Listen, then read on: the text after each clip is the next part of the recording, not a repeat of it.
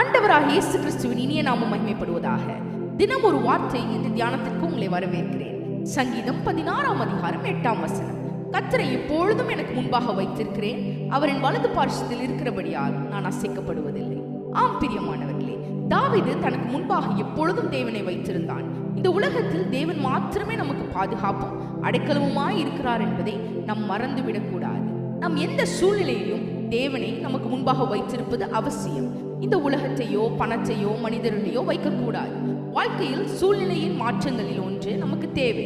அது தேவனை முன்பாக வைத்து ஓடும்படியான ஒரு ஓட்டம். இதில் நம்முடைய வாழ்க்கையில் நாம் தவறும் பொழுது நம் இடர்களை ஏதும் உண்டு. அநேகர் தங்களுடைய வாழ்க்கையில் தேவனை எப்பொழுதும் தங்கள் முன்பாக வைப்பதில்லை. ஆம் பிரியமானவர்களே, ஆனால் தாவீது தன்னுடைய வாழ்க்கையில் எப்பொழுதும் தேவனை சார்ந்து வாழ்கிற வாழ்க்கை குறித்து இங்கு சொல்லுகிறான். அவரை முன்பாக வைத்திருக்கிறேன் என்று சொல்லும் பொழுது அவரை சார்ந்து வாழ்கிறேன், அவருடைய கரங்களில் என்னுடைய காரியங்களை ஒப்பு கொடுத்திருக்கிறேன், அவர் எனக்காக யாவற்றையும் அழகாக செய்து முடிப்பார். மேலும் தாவீதின் ஆழமான விசுவாசத்தின் உறுதியை நாம் பார்க்கிறோம். தேவன் நம்மோடு இருக்கிறார், நம்முடைய வாழ்க்கையில் செயல்படுகிறார். இது உலகத்தின் முடிவு பரியந்தமும் சகல நாட்களில் நான் உங்களோடு இருக்கிறேன் என்று சொன்ன ஆண்டவர் பொய் சொல்லுகிறவர் அல்ல, அவர் நம்மோடு கூட இருக்கிறவர். ஆகவே நாம் அசைக்கப்படுவதில்லை. இன்றைய நாள் உங்களுக்கு ஆசீர்வாதமான நாளாக இருப்பதாக. ஆமென்.